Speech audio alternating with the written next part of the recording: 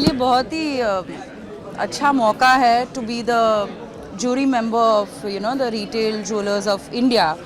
और यहाँ पे एक वैरायटी ऑफ ज्वेलरी देखने को मिल रहा है, जो the best 20 designs of each category in our country, and I would say I'm really proud of India and the jewelers and the talent that we have in our own country, and it's a wonderful display. पहली बार मैं यहाँ पे आई हूँ and I would say it's an honor to be here. ख़ास करके मुझे gold temple jewellery बहुत पसंद है।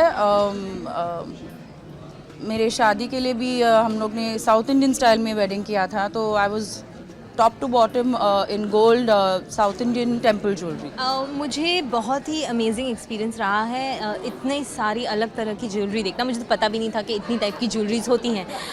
So it was quite a I opening experience for me. और जनरली जो डायमंड्स एंड प्लैटिनम और जो स्टोन वर्क है, जो मुझे पर्सनली बहुत पसंद है, तो उसमें मुझे काफ़ी अलग अलग तरीके के डिज़ाइंस देखने को मिले हैं, जो it's quite an exciting thing. I think यहाँ पे बहुत जो ज्वेलर्स ने साल भर मेहनत की है, उनके आर्ट वर्क्स यहाँ पे डिस्प्लेड है, और Indian jewellery has reached great Heights and her women वो एक अमेजिंग पीस ऑफ ज्वेलरी खरीदना चाहती है उनकी शादी पर या कोई भी इंपॉर्टेंट ओकेजन पर। सो ज्वेलरी बहुत ही इमोशनल वैल्यू अटैच करती है हमारी लाइफ्स पे। इनफैक्ट मेरी जब शादी हुई थी, so my parents gifted me a beautiful necklace. I feel so attached to it because it depicts that time of me getting married, and when my son was born, my husband gifted me a piece of jewelry. So all these little things, they make you emotional when you think about it, because वो एक आपको time period उस बात की याद कराते हैं आपकी लाइफ्स में। सो आई थिंक ज्वेलरी उतनी सेंटिमेंटल वैल्यू आप अटैच करती है हर women, her lady.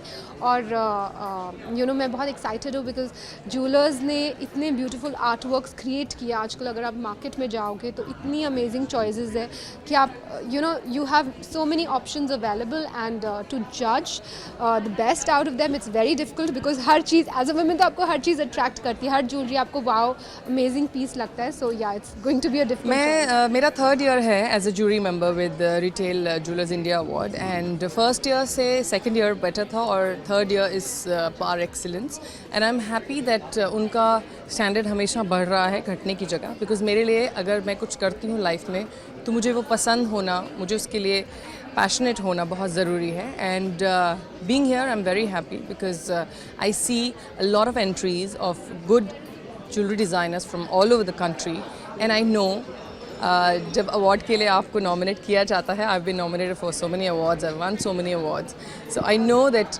it's like you're biting your nails, but as a jury member it's a lot of pressure on us because we see so many pieces online and then we do the judging in seeing the pieces in real, so it's tough, but I hope the best one wins.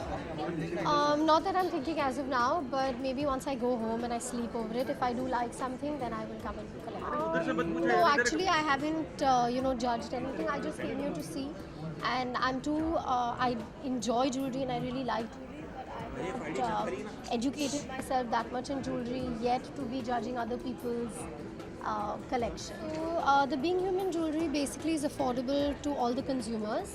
It's 70% ladies collection and 30% the men's. It basically has the values of other brand, which is share, care, love and joy, and it's all based around that, and it's affordable to everyone.